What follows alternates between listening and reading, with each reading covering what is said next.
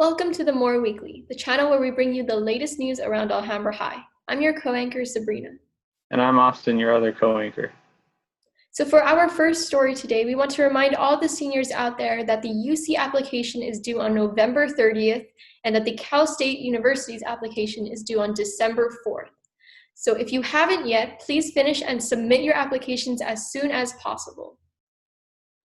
However, some colleges outside the UC and Cal State systems may have later deadlines for their apps, but don't let senioritis get to you. Stay on top of your applications, your PIQs, and your FAFSA forms with the help of our college advisors, Guadalupe Martinez and Nancy Rivas. You can contact Ms. Martinez at martinez_guadalupe@ausd.us and reach Ms. Rivas at her email rivas_nancy@ausd.us. For our second story, Donald Trump has acknowledged President-elect Joe Biden's win in the popular election for the first time on Sunday morning. With confidence in their position, Biden and President-elect Kamala Harris engaged in briefings with their COVID-19 Advisory Council. Pfizer and several other retail pharmacies like CVS and Walgreens are working to develop a plan to deliver the vaccine as fast as possible. The COVID-19 Advisory Board consists of a group of doctors, government officials, professors, and founders of medical organizations, all individuals who are highly qualified to develop a plan to tackle COVID-19. However, they claim that they need to work with Trump's coronavirus task force to smoothly execute the vaccine distribution in coming months. Several Republican senators have in fact called out Trump to start the transition of power and give Biden access to intelligence briefings. But so far on the subject of giving Biden COVID-19 response information, there has been none. Next up, Yearbook is using an app to gather more photographs for this year's edition. The app is called Friesens Uploaded, and it's free to download on both Android and Apple devices. Friesens Uploaded is simple to use. You just download it, enter the code 269007, and you can start submitting photos for the yearbook. Some possible topics include you and your friends from last school year, wearing Dodgers or Lakers gear, or you doing a quarantine hobby. When you submit your photos, please remember to include your name and ID school number so that the yearbook staff can identify you. Be sure that your face, as well as the faces of anyone else in the photos, are completely visible. And when submitting a selfie, be sure that your head and upper chest are in the frame. It is preferable that the students present in the photo attend Alhambra High School. And also be sure to not include anything inappropriate, such as inappropriate attire or backgrounds. At this time, the yearbook is on pre-order for $65, which you can purchase at ahs.myschoolcentral.com. So be sure to order it before the price gets higher. Next up, the Alhambra Moors Poetry Society, or AMPS, will take part in Poetry Out Loud Virtual Slam at 1 p.m. today after school. The competitors of the Poetry Slam will be judged on their dramatic performance and understanding of the memorized poems. Whoever wins the state finals in March will receive $200 for themselves and $500 towards the school for poetry materials. This national recitation program is an opportunity for students to make significant connections with literature, as well as network with other students who also enjoy poetry. You can get free tickets to the live poetry slam by clicking on the registration link in the description below. So go out there, show some more spirit, and support AMPS. Go Moors! Thank you so much for giving us the opportunity to talk about our 10th annual Poetry Out Loud Slam hosted by AMPS, the Alhambra Moors Poetry Society. And if you're interested, what is AMPS? Well, we're interested in all sorts of creativity, and if you would like to share your creativity with us, we would love to hear it, to see it, whatever it is. There is no censorship except hate, no hate speech. We meet every Tuesday, and at the end of this presentation, I will have my email, and you can email me for the Zoom link. All right, so what do we do during a pandemic? We write, and these are the two programs, other than just being creative, that we like to participate in. Right now, we're doing Poetry Out Loud. We had our Alhambra Slam about 2 weeks ago, and we're about to have our District Slam on Wednesday. So Poetry Out Loud is a national recitation program.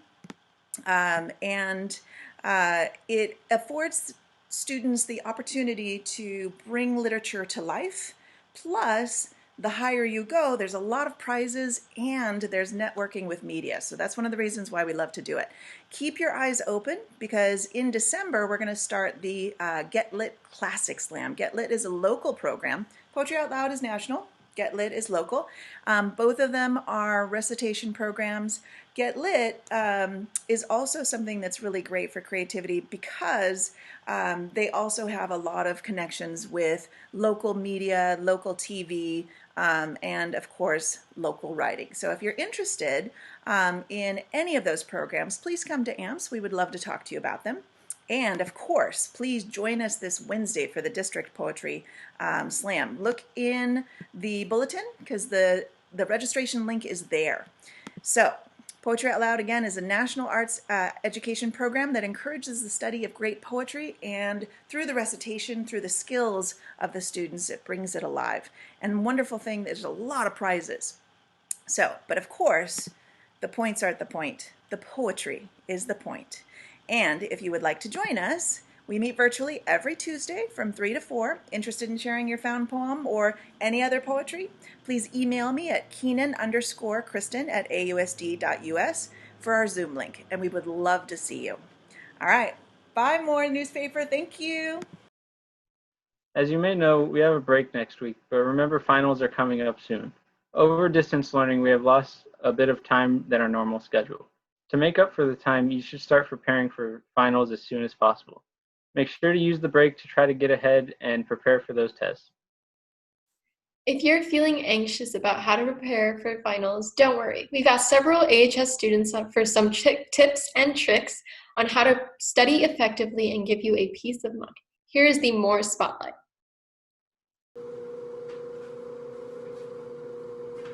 Have you ever suffered from lack of motivation, not being able to do your homework? If you said yes to all of these three things, well, your homie just got 3 tips for you, alright?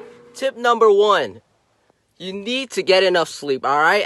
Get at least 8 hours of sleep per day, and that's going to be very crucial for your sleeping schedule and how productive you are during the day. Step number 2, make sure you do your homework a day before the homework is actually due, and that's going to allow you some breathing room for rest and stuff. And last but not least, let me tell you guys something, alright? This is the most important trick. Get something that is going to make you feel motivated, boys, because that is very important, and it's going to keep you powering through the rest of your day, and that is what that matters at the end of the day. And these are my only 3 tips I have to give you guys for social distance learning, and keep it up, Moors. Go Moors. Using the Pomodoro method can be really helpful for studying. This is where you set a timer for 25 minutes and focus on studying or doing homework the entire time without any distractions. After 25 minutes, set the timer for 5 minutes and use that time to take a short break. You can repeat this as many times as you need, or change up the intervals. For example, you can spend 50 minutes working and then take a 10-minute break. For science classes, rereading notes and watching videos can be really helpful. For example, Bozeman Science and the Amoeba Sisters make very helpful videos. Hello, I would say that the 2 biggest studying tips that I have for anyone is number 1, don't wake up 2 minutes before class, and number 2 is to make friends with people in your classes so that if you ever need help, you can ask them any questions. On a lighter note, 'tis the season to Thanksgiving. This pandemic has reminded us that it is so important now more than ever to express gratitude for the people and things in our lives. And what better way to show your thanks for others than to make a Thanksgiving treat? To give you some inspiration, here's an easy recipe from Randy on Randy's Recipes. Hey guys, welcome back to Randy's Recipes, and in honor of Thanksgiving, I'm going to be making banana bread.